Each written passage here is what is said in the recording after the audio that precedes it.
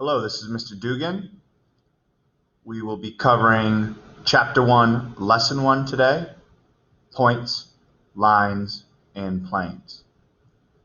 Now, as we go through the notes from the book, there will be points when I pause to allow you to take the notes or to read the notes from the book as we go along. If for any reason you need more time than I give, that is certainly fine. Pause the video, take the notes as needed, and then continue from there. If you have any questions on this lesson, comments, or concerns, as always, I will be available during our class time via Google Meet or Google Chat, or send me an email or through Google Classroom. Okay, here we go. Points, lines, and planes. So as we see here, points, lines, and planes are considered undefined terms because they are only explained using examples and definitions. We won't really use the term undefined term much later than this very lesson, so don't worry about that. But we need to know what the undefined terms are, and more importantly, how to name and how to identify them. So here would be one of those moments where I would say, take some time, read this key concept box, take notes on it, read for understanding, do whatever you feel most comfortable with, pause if necessary. Okay, here we go. So the most basic thing in geometry is a point. A point is a location. It, however, doesn't have a size, nor does it have shape. Okay? It is represented, as we see here, simply by a dot. So when we see a dot in geometry, we assume that refers to a point. It is named by a single capital letter. So the capital letter will always appear next to the dot, and that is referred to as point A, and we would name it capital A, point A. A line is made up of points that have no thickness or width. There is exactly only one line through 2 points. So through any 2 points, you can draw a line. How do we name lines? We name lines by 2 points on the line. So if there are 2 points on the line, there's going to be at least 2 points on the line. We pick any 2 points and name it a line, as we see here. The letters representing 2 points on the line. So this would be line PQ, line QP. I prefer using the notation with the arrowheads above. That's what I would like to get more familiar with. Okay, using this notation, the arrowhead heads above. So line PQ, line QP. Notice this script or cursive letter M, lowercase, next to the arrowhead. That is the second way we could name a line. And that's kind of more of the rarer way. We're going to use the line PQ, QP notation more often. But that's also a way to name a line, lowercase cursive or script letter, and that is, in this case, line M. A question that comes up often is, if I have more than 2 points on a line, can I name that line using any 2 of the points? Absolutely. I'll draw an example right here.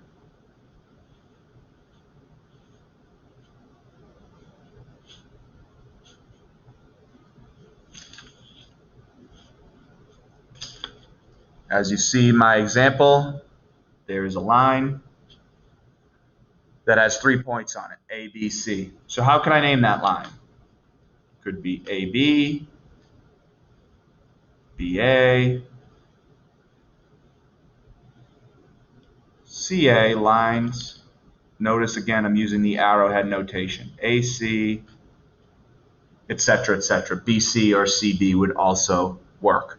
So any 2 points to name the line, just notice the arrowhead notation is very key. Okay, moving on. A plane. A plane is a flat surface made up of points that extends infinitely in all directions. So the easiest way to visualize a plane is the walls of the room you're in, the ceiling, the floor, a piece of paper, a desk, etc. those are all considered planes. There is exactly one plane through any 3 points not on the same line. So that point right here, not on the same line, is key. So through any 3 points that are not on the same line, you can draw a plane. In order to name a plane, there's 2 different ways we can name a plane. We can name a plane by any 3 letters on that plane. So notice this plane has 3 points, points, letters. 3 points. Notice point B, C, and D. So we could name that plane BCD, plane CDB, plane DCB, etc. And why we can name the plane using those 3 points is because they are not on the same line. And then finally, plane K would be another way we could name the plane. It is usually a capital letter in the corner of the plane. So those are the ways we can name a plane. And just like with just like with lines, if there are 4 or more points on a plane, just pick any 3, and the order doesn't necessarily matter. Okay, getting to the bottom of the page, collinear and coplanar. When we think of the prefix co, we think of together, co-worker, cooperation, cohabitation, etc. So when we see the prefix co, we mean together. So collinear, linear meaning line, are points that are together on the same line. So collinear points are points that lie on the same line. Non-collinear points do not lie on the same line. And then we use the same prefix for planar. Coplanar are points that are on the same plane. Non-coplanar are points that do not lie on the same plane. Okay, let's turn the page.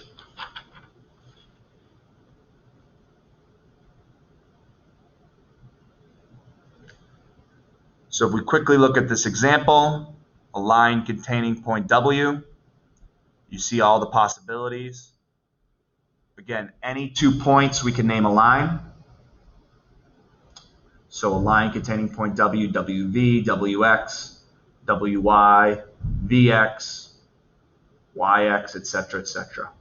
Or as we see, we could also name it line N because of the script N there. Okay, and then a plane containing point X. Well, there's actually 2 planes that contain point X, but the more obvious one would be something like VXZ, WZY.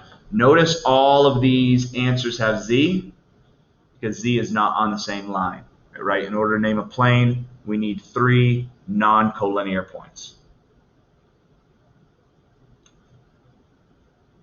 Okay, and the only other thing we really have to cover this section is the idea of intersection. The intersection of lines and planes. So obviously when we think of intersection, we think of roadways.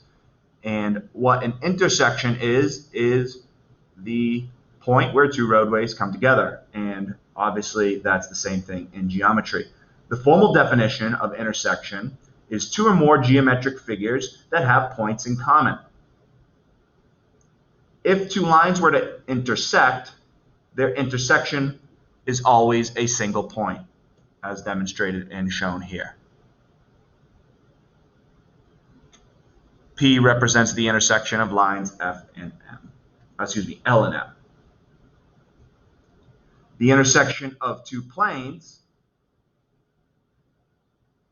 is always a line.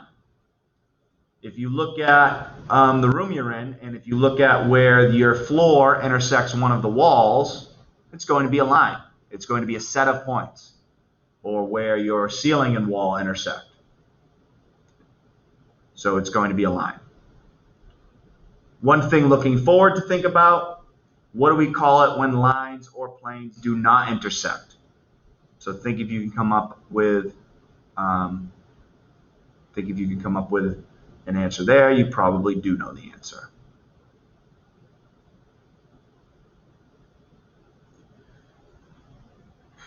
Okay. One thing I do want to point out from this page here, the study tip, 3-dimensional drawings. Because it is impossible to show an entire plane in a figure, edged shapes with different shades of color are used to represent planes. So if we have multiple planes, as in the previous example, they're represented in different colors. And a second thing I want to point out is notice this dashed line. What that dashed part of the line represents is that if this were a real 3D model, this dashed line would be below that flat plane, so we wouldn't be able to see it. Okay? So that's that. Okay. And that covers the chapter. As we were to flip ahead, this would have been the traditional homework out of the book. We won't be doing that this time.